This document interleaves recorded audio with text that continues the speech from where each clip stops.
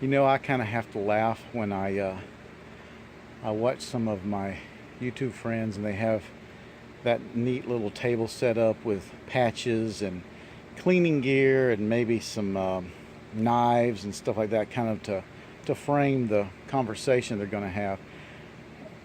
I don't do that, honestly. This is just this is my work pile because there's a table under here somewhere. And what I actually do is just move crap over until I can find room to do what I need to do.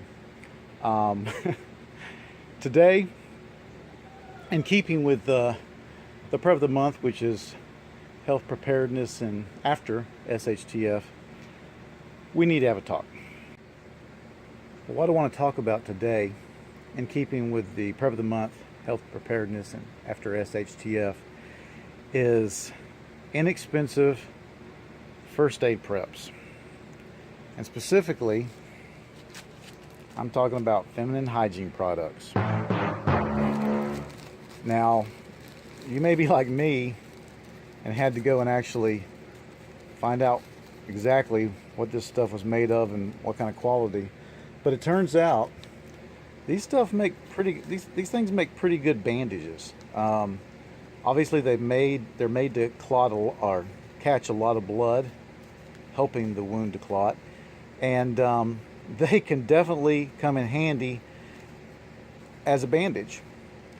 Now, this thing here costs 88 cents. This package here costs 88 cents at Walmart, and you get 10 of these things.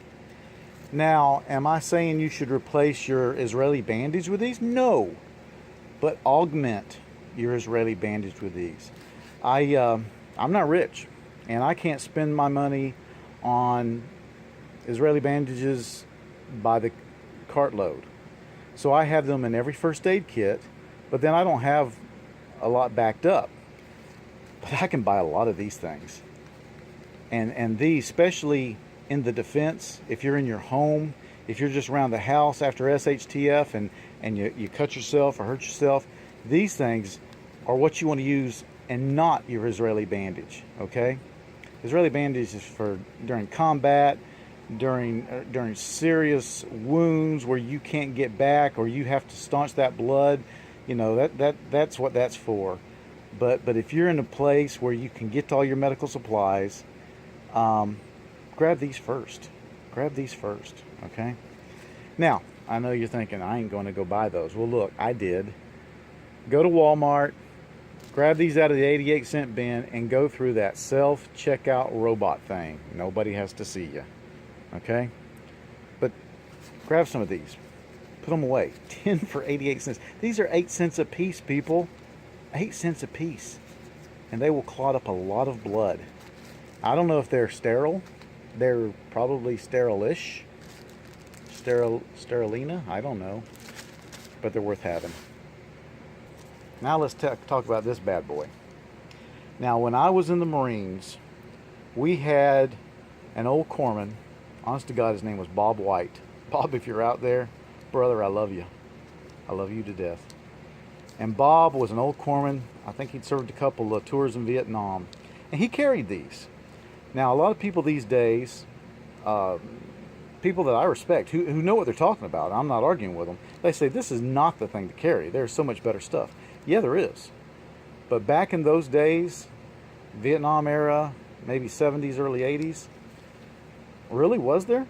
Other than what was issued to you, was there? Could you get a hold of it? How expensive was it? And so we carried these things. We were told, carry these things because they will stop a small bullet hole. Now, you've seen the videos where they show that there's hardly any cotton in there. And I'm not trying to defend the tampon, or what do they call these tampons? Yeah, they call these tampons, right? Tampons. I'm an idiot. I'm not trying to defend the use of these now when you can buy medical supplies relatively cheap and easy. But I'll tell you what, they had their place. They had their time.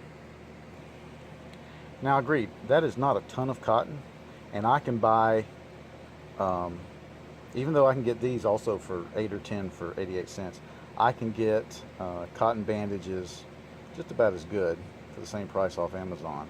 But I tell you what, don't tell me that wouldn't stop a 22 hole up. Just don't tell me that. And with this easy insertion, I don't know. I think Bob might have been onto something.